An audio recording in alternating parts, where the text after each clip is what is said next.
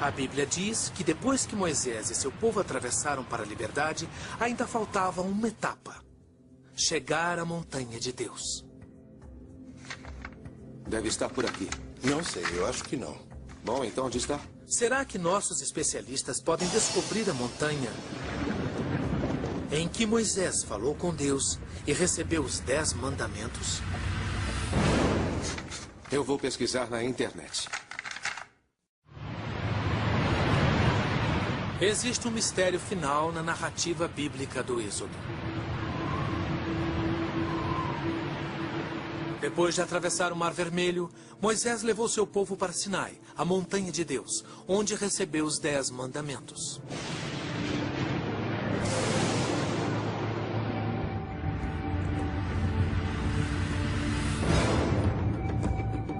Existe um monte chamado Sinai na península do Sinai.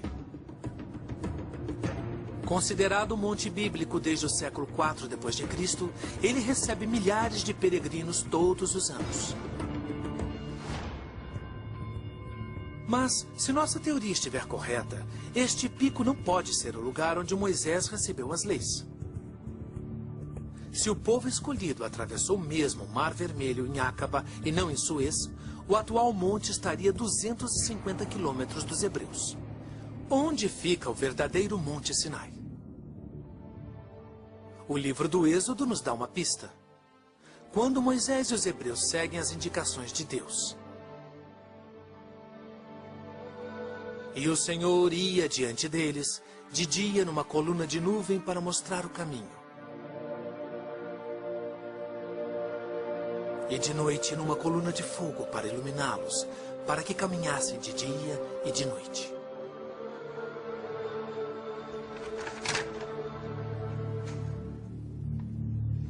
Os doutores Colin Humphreys e Peter Williams, da Universidade de Cambridge, analisaram as explicações possíveis e acreditam que essa estranha descrição seja uma representação simples e precisa de um evento natural. Um vulcão. De dia, poderiam ver grossas nuvens de fumaça saindo de um vulcão. E à noite veriam as chamas. Então o vulcão faz sentido. Não existem vulcões ativos na península do Sinai. Mas há vários na Arábia Saudita, perto do suposto local da travessia, em Acaba. Mas será que o vulcão de Moisés pode ser localizado? A própria Bíblia parece dar a direção específica. Olha, se fossem por aqui, seriam 11 dias de viagem. Humphreys e Williams reuniram mapas antigos que acreditam conter provas que levam à Montanha de Deus, com o auxílio de um mapa verbal que aparece codificado nas palavras da própria Bíblia, no livro do Deuteronômio. Acho que uma pista fundamental para a localização do Monte Sinai vem de um relato do Deuteronômio. É essa jornada de 11 dias, de Cades Barneia até o Monte Sinai. Os peregrinos percorriam, em média, 60 quilômetros por dia.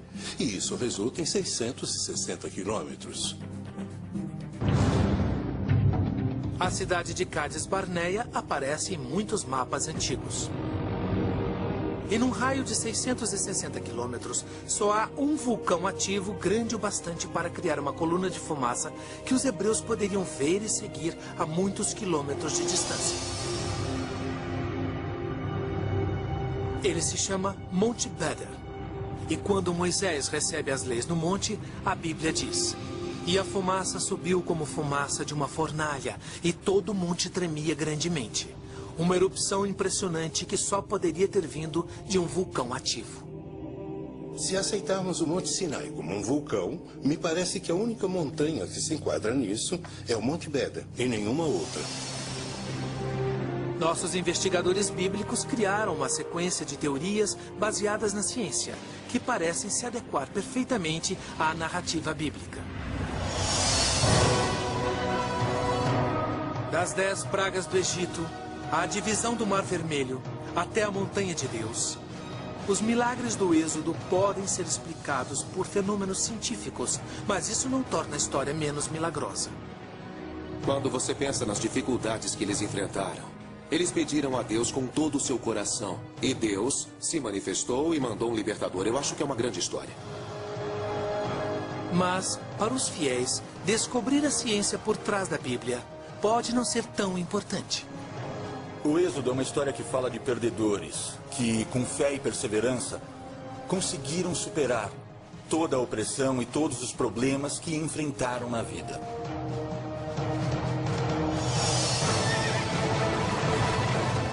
Os milagres do Êxodo contam uma história impressionante. É uma narrativa que continuará sendo contada enquanto as pessoas valorizarem a liberdade e enquanto a humanidade procurar sabedoria na Bíblia. Versão brasileira, Tempo Filmes, São Paulo.